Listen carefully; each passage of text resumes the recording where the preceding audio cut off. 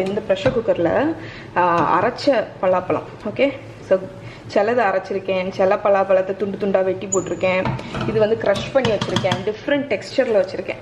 எனக்கு வந்து இந்த ஸ்மூத்தாக அல்வா மாதிரி இருந்தால் பிடிக்காது, கொஞ்சம் சங்கியாக இருக்கணும். அதனால் இது வந்து மிக்சியில் 2-3 பல்ஸ் விட்டு எடுத்திருக்கேன். ஸோ அதையும் ஸோ இதுலேயே நீங்கள் பார்த்தீங்கன்னா ஸ்மூத்தாட்டு கொஞ்சம் பலாப்பழம் இருக்குது. அதுக்கப்புறம் துண்டு துண்டாக கட் பண்ணி போட்டிருக்கேன். என்ன இருக்குது பாருங்கள், ஓகே. ஸோ இந்த மாதிரி துண்டு துண்டாக கட் பண்ணியும் போட்டிருக்கேன். ஸோ அதில் இந்த சங்கியான ஜாக் ஃப்ரூட் மிக்சரையும் ஆட் பண்ணிடலாம். ஸோ எல்லாத்தையும் ஒரு ப்ரெஷர் குக்கரில் ஆட் பண்ணுறேன். ஆனால் ப்ரெஷர் குக் பண்ண போகிறதுல அடிகனமான ஏதாவது ஒரு பாத்திரத்தில் நீங்கள் ஆட் பண்ணிக்கலாம், ஓகே. ஸோ இன்னும் வந்து இவ்வளோ கனம் இருக்குது, இவ்வளோத்தையும் அரைச்சிட்டு காணிக்கிறேன். ஸோ இங்கே பாருங்கள், நான் வந்து அந்த ஜாக் ஃப்ரூட் எல்லாத்தையுமே ரெடி பண்ணி அந்த அடிகனமான பாத்திரத்தில் போட்டாச்சு, ஓகே. ஸோ இப்போ வந்து இதில் வெல்லம் ஆட் பண்ணிடலாம்.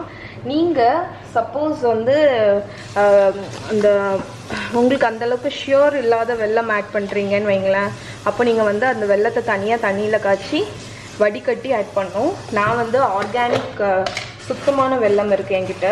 ஸோ அதனால் நான் அப்படியே ஆட் பண்ணிட போகிறேன், ஓகே. ஸோ வெல்லம் வந்து டோட்டலாக உங்களோட ஸ்வீட்னஸ்க்கு தக்கனதான், ஓகே. ஸோ அதனால் உங்களுக்கு சுகர் நிறைய வேணும், ஸ்வீட் நிறைய வேணும்னு நினச்சிங்கன்னா எக்ஸ்ட்ரா ஆட் பண்ணுங்கள், இல்லைன்னா குறைவா ஆட் பண்ணுங்கள், ஓகே. ஸோ என்னோட அளவு என்னன்னு பார்த்தீங்கன்னா, 1 கப் வந்து ஜாக் ஃப்ரூட் பியூரே வந்து ஆட் பண்ணுறீங்க அப்படின்னா கண்டிப்பாக ஒரு 3/4 கப்பு, அரை கப்லேருந்து 3/4 கப் வரைக்கும் வெல்லம் ஆட் பண்ணணும், ஓகே. ஸோ இப்போ இதை நல்லா மிக்ஸ் பண்ணி விட்டுறலாம். ஸோ இந்த வெல்லம் காணாது, இன்னும் நான் ஆட் பண்ணுவேன். ஃபஸ்ட்டு இது லைட்டாக கரைஞ்சி வந்தோன்னா அடுத்தது ஆட் பண்ணுவேன், ஓகே. ஸோ நான் யூஸ் பண்ணுற வெல்லம் வந்து இந்த Deccan organic certified organic jaggery தான். ஸோ இந்த ஜாகரியில் எனக்கு பிடிச்சது என்னென்னா வந்து இந்த மாதிரி ஒரு ஸ்பூனை வச்சே நம்ம வந்து ஸ்கூப் பண்ணிடலாம். என்ன இருக்குது பார்த்தீங்களா, இந்த மாதிரி ஸ்கூப் பண்ணி எடுத்துடலாம், நல்லா சாஃப்டாக இருக்கும்.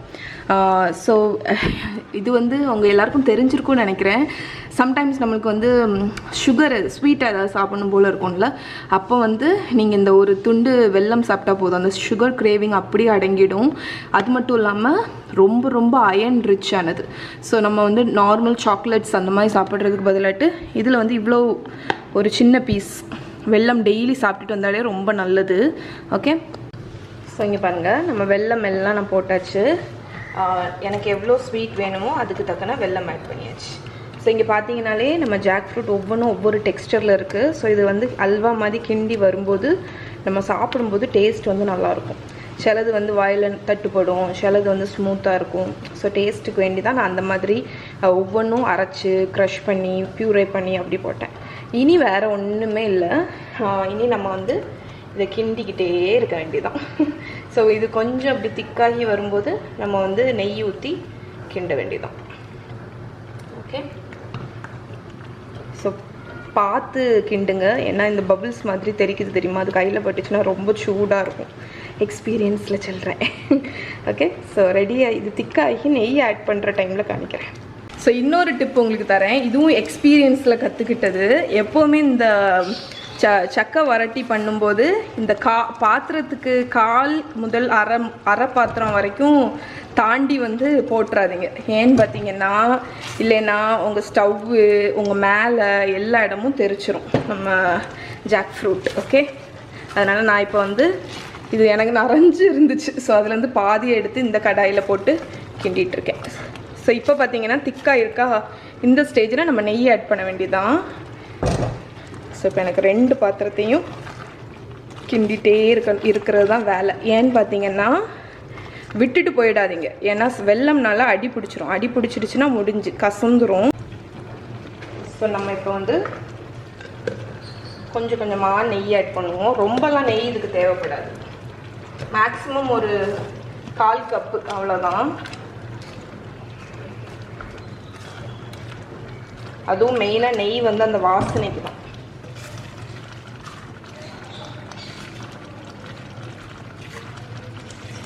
இந்த வீடு இப்போ எப்படி மணக்குதுன்னு நினைக்கிறீங்க, செம்ம வாசனையாக இருக்குது. ஸோ நான் இப்போ கொஞ்சம் கொஞ்சமாக நெய்யை ஊற்றி நல்லா இதை அல்வா மாதிரி சுருண்டு வர்ற வரைக்கும் கிண்டி எடுத்துகிற போகிறேன், ஓகே. வேணும்னா நீங்கள் ஏலக்காய் பொடி கூட போட்டுக்கலாம், ஏலக்காய் பொடி பிடிக்காதவங்க அதை ஆட் பண்ண தேவையில்லை, ஓகே. ஸோ இப்போ இங்கே பாருங்கள், நமக்கு வந்து ஆல்மோஸ்ட் வந்து திக்காக ஆரம்பிச்சிருச்சு. ஓகே,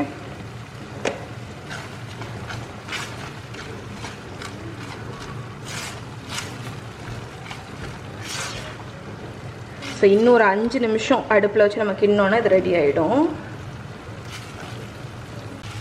ஸோ இங்கே பாருங்கள், நமக்கு வந்து சுருண்டு வந்தாச்சு. இதுக்கு மேலேயும் நம்ம ரொம்ப நேரம் அடுப்பில் வச்சு கிண்டனோன்னா முறுகிரும், அதுக்கப்புறம் ஹார்ட் ஆயிரும் உங்களுக்கு. அதனால் நான் இந்த ஸ்டேஜ்லேயே ஆஃப் பண்ணிட போகிறேன். இது கூல் ஆகும்போது இது இன்னுமே வந்து திக்காகும். ஓகே, ஸோ நம்மளோட சக்க வரட்டி ரெடி. பட் எனக்கு இந்த டெக்ஸ்டர் ஆக்சுவலி பிடிச்சிருக்கு, ஏன்னா இது வந்து கிட்டத்தட்ட அல்வா மாதிரி இருக்குது. ஸோ இந்த டெக்ஸ்டர் எனக்கு பிடிச்சிருக்கு. ஓகே, இனிமேல் இதே ஃபாலோ பண்ணிக்கலாம். ஸோ லைஃப்பில் எல்லாமே அப்படி தான், எக்ஸ்பெரிமெண்ட்ஸ் தான். ஸோ குக்கிங்லேயும் சரி, எல்லாத்துலேயுமே ஏதாவது ஒன்று ஃபஸ்ட்டு செஞ்சு பார்ப்போம். அதில் தப்பு ஏதாவது வந்துச்சுன்னா அதுலேருந்து கற்றுக்கிட்டு அடுத்து பண்ணும்போது அந்த தப்பை போடாமல் அதை எப்படி பர்ஃபெக்ட் ஆக்குறதுன்னு பார்த்து பண்ணுறது தான். ஓகே, ஸோ நம்மளோட சக்க வரட்டி சூப்பராக ரெடி ஆயிடுச்சு. ஸோ நான் வந்து 2 பாத்திரத்தில் வச்சு கிண்டணும்ல, 2 அல்வாவையும் கம்பைன் பண்ணிட்டேன். ஸோ இனி வந்து இது கூல் ஆகும்போது இன்னுமே நல்லாயிருக்கும்.